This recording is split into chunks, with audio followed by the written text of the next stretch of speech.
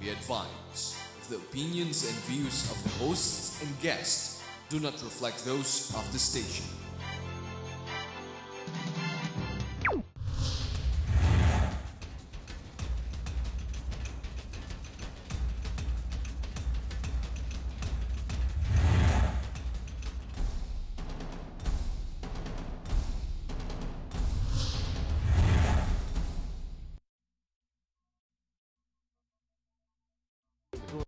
People of this country, hindi makikita yung pinanggalingan natin. Basta ito, susundukan ng doktor, habulin ka ng aso, lahat ng tinanos. Hindi nire-release naman ng pork barrel kasi useless naman. Yung patay, papabigyan ko ng 5,000 from my... So, Marami hindi ko na nagsasabi na Hindi. Dahil baka mangyari, lahat ng madidismiss o hostage na lang para ma-reinstate.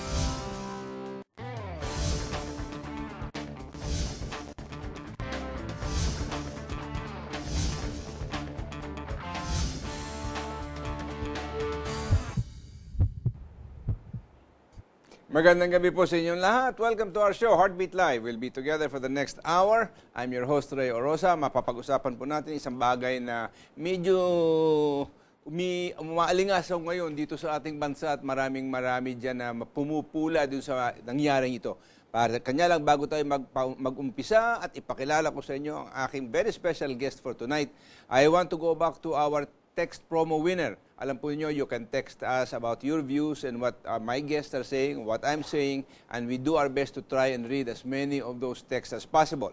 Pero dun sa isang linggo po, nung bisita natin si Senator Nikki Cosseteng talking about K+12, ito po ang dalawang text na pinili namin na napaka-entertaining ang kanilang question. Nag-iisip yung mga tao, kanya bibigyan po namin ng electronic load yan ng 100 pesos. Ito pong una, from Feldon A. Tupas of Lake Cebu, South Cotabato, 0906-935-7213. Good evening. Senator Santiago graduated in public school. She is proud of that. In my opinion, additional of 2 years is not a solution to quality education. What really exists in Philippine education system is the problem of the ratio of students per teacher, the books and others, especially facilities siguro. So increase the budget of education or the Department of Education based on actual problems in the field. Alam po ninyo, in a sense, wala tayong nadidinig mula sa Department of Education that tries to lay down para maipakita sa atin ano bang pinakamalalaking problema nila at saan napupunta lahat ng pera. Para tapos makita natin dito sa lugar nito, ganitong kulang, dito, ganitong kulang, ito, ganito. At napakadaming nagtatext sa atin dito na, naku, paano ba naman ito? Ang number ng students sa klase, nung nag-umpisa ang klase ng Hunyo, merong umaabot ng 70, merong umaabot ng 90. Ay, paano ba naman magtuturo at matututo yung mga bata kung ganun kasikip na at kulang na kulang ang mga paggamit? Kanya ito, yung number 2 na nanalo sa ating text contest, 0915-348-9025. Si Lee Javier of Antique, Panay. Good PM, Ma'am and Sir Ray. Politics per se intervenes in the quality and quantity of teachers hired. Also, parent-teachers community should be good partners for national competence and cultured excellence in Philippine education. Well, my friend, you have touched a button that is a serious problem and that interferes with the Department of Education's ability to hire teachers. Ang nangyayari po dito, siguro naibaba na natin masyado ang standards of education to develop teachers, kanya ang dami-dami nag-graduate dito na are basically not really as competent as they should be. Pagkatapos ang lagayan sa pwesto, kailangan meron kang endorsement ni congressman dito, o ni governor doon, o ni mayor na ganito at ganon. Ang nangyayari, bumabagsak lalo ang kalidad ng edukasyon dito sa atin, lalo-lalo na po sa public schools. Okay, so you're gonna get our e-load of 100 pesos. Now, I want to go to the topic for tonight na napakahalaga dito sa ating bansa.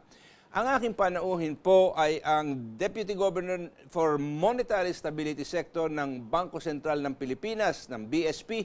Wala na pong iba kundi si Honorable Diwa Gunigundo, ang ating suki dito sa programa. Welcome ka, Diwa. Ay, marami pong salamat kasamang Ray at ako'y nagpapasalamat sa panibagong anyaya ito upang makatulong naman tayo makapagpaliwanag ng mga issue sa ating mga kababayan. Ano ba ang pinag-uusapan natin?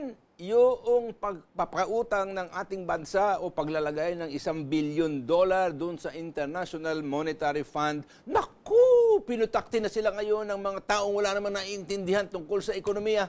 Pula dito, pula doon, pula dito, pula doon. Pero iba-iba naman. Para bagang nagkumuha ka ng isang mansanas, tapos kumuha ka ng isang dalandan, at pa ngayon, pinipilit mo ngayong pagsamahin yung dalawa, ay hindi pwede. O, kadiwa, alam po ninyo, hindi naman naintindihan ng maraming tao ang ibig sabihin ng IMF. Sino ba ang IMF? Ito ba ay kumpanyang para sa negosyo? Ito ba ay para kumita? Ano ba talaga ang IMF? Itinayo po ang IMF after the war. Upang sa ganon, ang pandaigdigang negosyo, pandaigdigang pakikipagkalakalan ng bansa sa ibang bansa, yung pong monetary system, ang lahat ng mga ito ay maisaayos after the war. At dahil dito, nagsimula po yan ng ilang mga miyembro. Ang Pilipinas po ay isa sa mga original members. Really? Opo, original members ng IMF. Okay? At ngayon, 188 members ang IMF. Okay? Amerika, Germany, France, Italy, at dito sa Asia, ang Japan, ang China, Korea, Pilipinas, Singapore, Malaysia. Tayo po lahat ay miyembro ng Ang ginagawa IMF. ba ng IMF dito ay tumutulong sa mga bansa pag nagkakaroon sila ng mga international reserve problem, pinahiram sila ng konting pera, o nagkakaroon sila ng imbalance sa kanilang balance of payments. Ano po ba yung balance of payments? Ang magkapatid po ay ang World Bank at ang IMF. Ang World Bank, ang kanilang tinitingnan ay yung mga tinatawag na mga development projects. Okay. Water, power, pagpapautang ng pangmatagalan. Okay? Ang IMF naman po ay nakatingin doon sa mga polisiya na basically short-term with some medium-term perspective. Pag nagka-problema halimbawa ang fiscal policy, may problema halimbawa ang exchange rate policy ng isang bansa, nagkaroon sila ng tinatawag nating balance of payments at merong imbalance sa kanilang monetary system, pumapasok po ang International Monetary Fund. Iyan ba ay parang lender of last resort or tulong of last resort sa mga bansa na nagkakaproblema? Hindi naman lender of last resort, pero ang maganda po sa IMF, ganito, bago po yan magbigay ng salapi, titingnan muna yan. Ano ba nangyayari sa gobyerno? Ano ba nangyayari sa fiscal policy? Yung balanse ng taxes at saka ng expenditure ng gobyerno. What about yung monetary system? Tama ba ang pagpapatupad ng polisiya ng monetary? Yung exchange rate, sobra ba itong overvalued or undervalued? Yan lang po, tinitingnan po yan. Tsaka po sila gagawa ngayon ng tinatawag na adjustment program. So kapag ang isang bansa ay may problema sa balance of payments, ibig sabihin, mas marami po ang pumapasok, ang lumalabas na dolyar kaysa sa pumapasok, so negative ng negative yan. At lalo-lalo na kung hindi na sila makabayad ng utang nila, hindi na sila makapagbayad ng kanilang dapat na ini-import upang matustusan ang patuloy na kabuhayan doon sa kanilang bansa, papasok po ang IMF dyan. At bilang tulong, magbibigay po sila ng pera. Pero yan ay tinatawag nating by tranches. Habang nakatutugon ka doon sa mga kondisyones, meron kang first tranche. After 1 quarter, nakatugon ka doon sa kanilang requirement, second tranche. So yan po. So sa mga tweet, ngayon po na nangyayari sa Europa, may mga problema, ang IMF po, magpapadala yan ng mga eksperto doon po sa mga bansa na may problema at nag-indicate na sila ay interesadong mangutang sa IMF. So pupunta po ang IMF doon, titingnan ang kung dapat gawin, magkakaroon ng adjustment program, tsaka lang sila magbibigay ng perang tulong doon sa mga bansang yon na nagkakaproblema. At saka may distinction ng IMF yung kanilang tulong na binibigay sa mga developed economies at saka doon sa mga tinatawag nilang low-income countries, no? So ang rate ng interest nila diyan malaking baba para doon sa low-income countries kaysa sa mga developed economies. Meron po kasi tinatawag na Poverty Reduction Growth Fund. At ang mga kliyente pong ito ay yung mga, lalo na sa Africa, ganyan. Very concessional ito. Kasi hindi naman makapagbabayad ng husto yung ibang nating kaibigan sa Africa. So ito po ay separate. Separate po ang pondo niyan. Pero yung mga regular na umuutang dahil sa balance of payments problems. Mga short term. Short term po yan. It is between 18 months, ito po yung standby arrangement, to 2 to 3 years. Okay? Ito po yung extended fund facility. May kanya-kanya pong mga kondisyones yan, tinatawag nating conditionalities, at kapag natugunan mo yung mga conditionalities na yon, first tranche, second tranche, third Alam mo, tranche. nagagalit ang mga politiko sa mga IMF. Alam mo kung bakit? Kaya madalas pagka masama ang takbo ng ekonomiya at pupunta ka sa IMF para humingi ng tulong, sasabihin nila, yung iyong deficit sa budget mo, hindi pwedeng lumampas dito. So, in other words, naglalagay sila ng mga controls para naman sa ikabubuti rin ng bansa. Sapagkat hindi ka naman pwedeng gumastos ng gumastos maski na ito'y higit na higit sa iyong kinikita. Nagkaroon na po ng pagbabago ang IMF in the last few years. Napatunayan nila na kinakailangan may balance rin. Yung sobrang austerity program, yung puro ikakat ang tataasan ng taxes, ikakat ang government expenditure, etc. Nagkaroon na po ng pagbabago ng puso. Some moderation IMF, in terms of those conditionalities. During the Asian financial crisis noong 1997 to 98, daang mahigit ang conditionalities sa Thailand, 100 mahigit ang conditionalities sa Korea, sa Thailand, sa Indonesia. Napag-isip-isip po ng IMF in the last few years after the global financial crisis na pagka sumasama ang buhay, ang takbo ng kabuhayan sa isang bansa, hindi po pwede na itatighten mo pa yung monetary Lalo mong policy. ihigpitan. Ihigpitan, hindi po. So ang ginagawa nila ngayon, may balanse na po pwedeng gumastos ang gobyerno, pwedeng magpalabas ng mas maraming pera ang Bangko Sentral o ang Central Bank ng iba't ibang bansa upang sa ganon ay matugunan yung pangangailangan na lumago yung kabuhayan, makapagbayad na muli yung pamahalaan at makabayad rin ng kanilang pagkakautang. Ngayon, sa istorya ng ating bansa dito,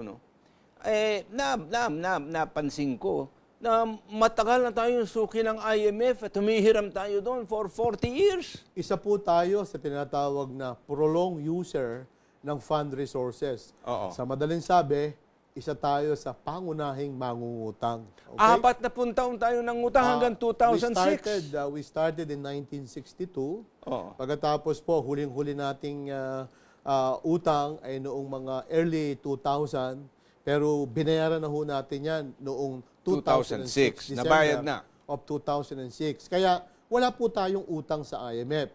Kaya po nung nagkaroon po tayo ng panukala na magpapautang sa IMF, ang sinabi po natin, tayo po ay creditor nation, hindi sa buong mundo. Creditor nation tayo as far as the IMF is concerned. Alam po natin, hindi tayo debtor nation. We are a creditor nation. Sa IMF. Sa IMF. Pero right now, meron pa po tayong pagkakautang. Ang gobyerno, ang pribadong sektor, may pagkakautang pa rin. Hindi sa IMF. Hindi sa IMF. Yung iba merong multilateral, ang mukha ng ADB, ng World Bank, yung iba naman umuutang sa ibang bangko, yung iba naman nagpo-float ng bonds. It is in that basis na sinasabi natin na tayo ay creditor nation sa IMF. Alam mo, hindi ko nababanggitin ang mga pangalan ng mga politiko na nagsalita dito tungkol sa isyong ito na binabatikos ang Bangko Sentral sa kanilang nagawa. Katulad ng sabi ng isang politiko, I am not in favor of lending to the IMF. We are a poor country pretending to be rich. Anong kinalaman nun? Bakit? May hirap pa tayong bansa? No, mayaman tayong bansa. Mayaman tayo sa tao, mayaman tayo sa natural resources. Ang problema lang natin, binababoy natin sa ating polisiya, ang ating ekonomiya. Dagdagan po natin yan, mga kasamang Ray. Sinasabi po ng iba, ang hirap-hirap natin, marami tayong utang, nagpapautang tayo. Tingnan po natin to in perspective. Yung ibang bansa po na nag-contribute ng $1 billion, hindi ko na po babanggitin ang pangalan, pag tinignan po ninyo yung tinatawag na, are they liquid as the Philippines? Okay. Ang ating pong utang, external debt to GDP ratio, 10 years ago was 70%. Ngayon po, bumaba yan sa 27.4 at the end of March. Yung pong iba, debt to GDP ratio, like external debt to GDP ratio, mas mataas po, 30% up.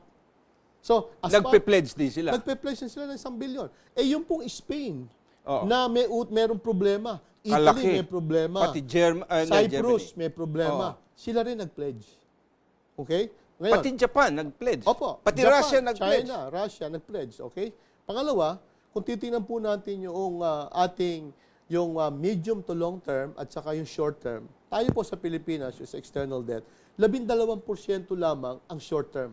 88% is medium and long term loan with an average tenor of more than 20 years. Sa iba po, 30% pataas ang short term.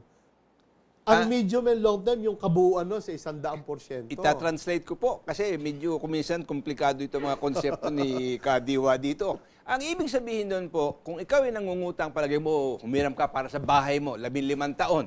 Eh di 15 taon ka nagbabayad. Tama po yan. Aside from the fact na ang ating debts dyan ng government, foreign exchange, sa pangungutang sa labas, ay pinahaba ng gusto yung mga amortisasyon na kailangan mong bayaran na ayos na nila na maski na sa 10 taong susunod, hindi tayo mapoproblema sa anumang pagbabayad para sa atin kasi napakalawak po ng cushion. Napakababa ng porsyento ng ating pagkautang sa ibang bansa na magmamature bukas o sa loob ng isang taon. Oo. Hindi ba po yan? Yung pong magmamature in 1 year, at least 40 to 50% niyan ay related sa trade. So, trade-related In other words, talagang short-term yan. Ikot lang ng ikot yan, yung mga nag-import for export production, domestic production. So, yun po yung gusto ko sabihin. Meron po tayong karapatan naman na magpautang kasi yung pong ating reserve is enough to finance more than 11 months of imports of goods and services. 11 po. Kanya nga eh. Yun namang iba na nagpautang din ng 1 bilyon, 7 buwan, 6 na buwan lamang po ang equivalent ng kanilang gross international reserves. Okay. Yun po. Alam po ninyo kasi meron di ba iba naman nagsabi diyan. Ito naman isa ring hindi naintindihan ang sinasabi. Sabi, bakit ba yan? Ang panggagalingan daw ng pautang, ang pagbayad ng utang ng IMF, manggagaling sa taxpayer money. Hindi niya naintindihan, dapat pumasok muna sa eskwelahan at mag-aral ng economics. Ililinawin po natin yun. Oo, linawin. Dalawa pong bagay ito. Una, taon-taon, nagpapatupad at nagtitibay ang Kongreso ng tinatawag natin budget. Oo. Ito pong budget na ito, kinukuha po yan sa mga buwis na ibinabayad ng taong bayan, korporasyon, sa pamahalaan. Dito po kinukuha yung pong panggawa ng infrastruktura. Okay? Eskwelahan at lahat. Eskwelahan, pagbili ng textbook. Hindi po mababawasan ang budget sa pagpapautang natin ng 1 bilyon sa IMF. Basta po kukunin ng gobyerno yon o ng Pilipinas. Ito po ay kukunin sa Gross International Reserve na ayon sa batas, ang Bangko Sentral po ay may kapangyarihan na pamahalaan ang Gross International Reserves. Kahit ano pong central bank, kahit ano pong bansa sa buong mundo, hindi po ginagalaw ang reserba. Yan po ay reserba kung sakali na magkaroon ng problema sa Pilipinas, magkaroon ng problema sa ibang bansa at walang pumasok na dolyar. Upang sa ganon, kung walang pumasok na dolyar, po pwede na bumili ang gobyerno o ang mga bangko para sa kanilang kliyente ng mga importers ng langis at makinarya sa central bank. Magbebenta po kami ng dolyar. Ngayon, kung ipauutang natin ito sa gobyerno, halimbawa, po pwede na ipautang sa gobyerno at nangailangan tayo ng dolyar, paano magpuproduce ngayon ang gobyerno na umutang sa atin ng dolyar? Wala nga pumapasok ng dolyar. Kaya in that sense, hindi po pwedeng ipautang. At nasa batas po yon na ang definition po ng reserve assets ay assets representing claims on non-residents, number 1. Number 2 po, tinatadhana rin sa batas, may kapangyarihan pong ibinigay din ng Kongreso sa Bangko Sentral na magpautang sa foreign governments or sa international financial entities, including the IMF. So yung pagpapautang po na yan, binigay na po ng Kongreso ang kapangyarihan at karapatan sa Bangko Sentral. Ngayon, sa lahat naman ng mamadunong na politiko dyan, na hindi naman naintindihan ang kanilang sinasabi, hindi pwedeng galawin ni Pinoy ang International Reserve. He must operate within the budget that is approved by Congress at doon po pinagtatabi-tabi kung anong gagastusin. Tama po Ngayon, yan. anong limite dyan? Kung magkano buwis ang iyong nakokolekta. Kanya naghahabol ang gobyerno ngayon para itaas ang koleksyon ng kanilang buwis. Ngayon, anong kinalaman nitong pagbibigay ng pera sa IMF na hindi naman binigay? Sapagkat yan, huwag niyong kalimutan, pwedeng bawiin anytime at kumikita po ng interest. Hindi pwedeng galawin ng pamahalaan, hindi pwedeng gamitin yan para magpatayo ng eskwelahan. Ngayon, kayo mga politiko, na kayo na dumadaan dyan at dumadaan sa inyo ang budget, nalalaman nyo yan. Ang dyan napopondo, kung kayo magagalit sa Central Bank para sa kanilang paglalagay ng 1 bilyon, putulin ninyo ang pork barrel ninyo. Yan ang putulin nyo para matustusan ang mga kailangan ng pamahalaan sa pamamagitan po ng mga silid paaralan o mga librong kailangan sa Department of Education. Huwag nyo sisihin yung hindi nyo man yung naintindihan, hindi nyo nalalaman kung ano binibintang ninyo. Meron pong hamon yan, kasamang Ray. May hamon naman yan sa ating mga kababayan. Ay, siyempre. Okay. Ang hamon po sa ating mga kababayan, magbayad naman po tayo ng buwis. wastong buwis. Ayan. Kung mababayaran po natin ng wasto ang ating mga buwis, may gagastusin po ang pamahalaan para sa mga proyektong ang makikinabang yung ating mamamayan. Alam mo naman kung bakit kumisan pumuputok ang butsi ko dito? Kasi sa kanilang pananalita, nililin lang nila ang tao eh. Binibigyan nila ng maling ideya na wala namang katuturan. Kaya ano mangyayari? Magagalit kayo sa pamahalaan. Hindi naman yan bagay na nakakasama maski na kanino dito sa Pilipinas. Opo. Ha? Isa pang dagdag, Oo. kasamang Ray. Ito bang pagpapautang ng 1 bilyon ng Bangko Sentral, ito ba ay pagpapayabang lang? Hindi po. Ito po hindi pagyayabang. Ito po ay dalawang bagay. Unang bagay, tayo po ay kasapi sa International Community of Nations. Kung meron po tayong maitutulong sa Europa at meron naman tayong dolyar na maaaring maitulong, gawin po natin. Kasi sa loob ng mahabang ang 40 taon, tayo po ay tumatanggap din ng tulong doon sa ibang bansa. Pangalawa, kapag kahuba tayo tumulong sa ibang bansa, yun ay inuuna natin yung ating mga kapitbahay kesa sa ating mga anak at mga kababayan sa Pilipinas. Hindi po. 17% po ng ating remittances of $20 billion, nagmumula po yan sa Europa. So kung tayo po ay makatutulong sa Europa, maiiwasan po nating paalisin yung ating mga kababayan sa Europe at pumunta na lang dito sa Pilipinas. Pangalawa po, 13% po ng ating $50 billion of exports, yan po ay binebenta natin sa Europe.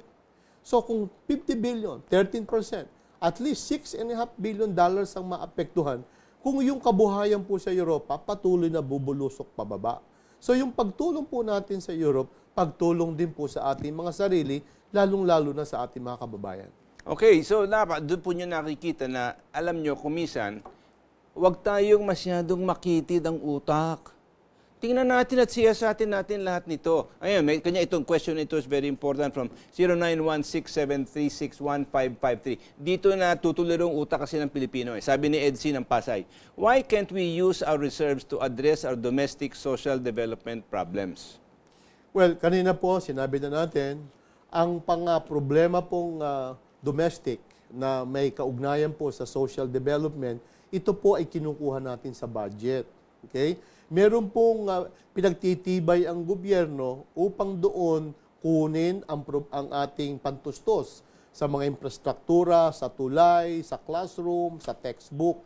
Yung pong reserba, importante na meron po tayong reserba upang sa ganun, anuman ang mangyari sa ating kabuhayan, may nangyari sa ibang bansa, meron po tayong mapagkukunan at maipagpatuloy po natin yung ating kabuhayan dito po sa Pilipinas. Hindi po pwedeng pagsamahin ang reserba at ang budget. Saka isang bagay na napakalaga kasi ito tinatanong parati nila. Opo. Yung ating international reserve ay bahagi ng patibay ng ating salapi. Pag yung international reserve ngayon ay nilustay natin at ginamit natin sa lahat-lahat ng bagay na hindi naman kumikita ng dolyar din, ang palit ng ating piso ay nako, lalo na rin babagsak. Kanya huwag niyong kalimutan po na yung ibang mga bansa na nakikitrato sa atin, yung buong mundo na nakikitrato sa atin, tinitingnan din ang relasyon ng ating piso sa ating hawak na reserba at ang kanilang tiwala na mag-invest dito, magdala ng negosyo dito at gumawa ng maraming bagay na marahil makakatulong sa ating ekonomiya, makakabigay ng empleo sa maraming tao, ay dahil din nakikita nila, naku, matibay pala ang peso, ang ganda ng reserve position. At sila, nauunawaan nila na kung nagpahiram tayo sa IMF ng 1 billion, that is almost like a seal of approval. That means that stable, matibay, at maganda ang fundamentals dito sa ating bayan. Sa pahong paglilinaw, kasamang Ray, Oo. may request po ang IMF na magpautang ang Pilipinas. Kahit po walang request ang IMF na magpautang, hindi po papayag ang Bangko Sentral na galawin ang International Reserve. Pangalawa, araw-araw po ginagawa namin yan eh. Meron pong kapangyarihan ng Bangko Sentral na mag-shift from one reserve asset to another reserve asset. And tsaka yung lending sa IMF is part of your international reserve. Tama po yun. Hindi actually nababawasan Hindi yung po nababawasan. Yung reserve. 76 billion pa rin po yan. Mababawasan po yung ating foreign exchange. Tataas naman yung ating reserve position sa IMF. Dahil yung reserve position sa IMF, kasama po yan sa reserve, the reserve remains at $76 billion. That's one. Two, inaalis po rin natin sa diversification po ng ating asset. Bali, lumilipat po tayo doon sa pagpapautang natin sa mga pamahalaan na may problema ngayon. Inililipat po natin yan sa IMF na mas mataas po ang credit rating kaysa doon po sa mga European countries. Kaya even from a risk management perspective, AAA. mas sigurado po tayo na yung pong ating pera ay hindi mamumroblema. Ito naman is also an interesting question. 0919-865-6036. Good evening, sir. Sigurado ba na pag nagpautang tayo sa IMF, malulutas ang problema ng kahirapan? Saan nyo naman dadalhin ang interest ng pera natin? Okay. It will remain with the central bank, but I do want to address the international reserves have nothing to do with the problem of poverty here. That's a government problem, not a central bank problem. And ayon sa polisiya ng ating pamahalaan, ang kanilang plano para palagawin ang ating ekonomiya, yun po ang magbibigay ng lunas sa kahirapan sapagkat madadagdagan ng magtatrabaho. Maraming proyektong gagawin dito sa Pilipinas, maraming infrastruktura na siyang gagawin, kanya lalagan na po sa atin, maski na sa ating agrikultura, kung ito ay magandang ang patakbo, dyan po, yan ang magbababa ng kahirapan ng Pilipino. Hindi po yung pautang sa IMF. Kanya kailangan po, hiwalayin nyo yung dalawang konseptong yun. Sapagkat yung isa po ay wala naman talagang kinalaman sa kabila. Anyway, Sige. meron po kanina interest. Saan naman nyo dadalhin ang interest? Yung pong interest magiging parte ng income ng Bangko Sentral. Kapag kumita ang Bangko Sentral mula sa pagpapautang, investment, supervisory fees at iba pang income from our operations, yan po kapag kumita kami ng let's say 10 bilyong piso, 75%, again based on the law, goes to the government in terms of dividend. Nagbabayad din po ang Bangko Sentral ng buwis o ng taxes sa ating pamahalaan. Just for the numbers. 20 bilyon po ang binigay ng gobyerno sa Bangko Sentral bilang kapital. And in the last 19 years, mahigit po 150 bilyong piso ang aming naibalik sa pamahalaan. At ito po ay isa sa mga ginamit ng gobyerno sa infrastruktura, sa social spending, sa classroom, sa textbook ng ating mga kababayan. Okay, kailangan tayo tumigil sandali. For a few reminders, wag po kayo mawawala. We'll be right back.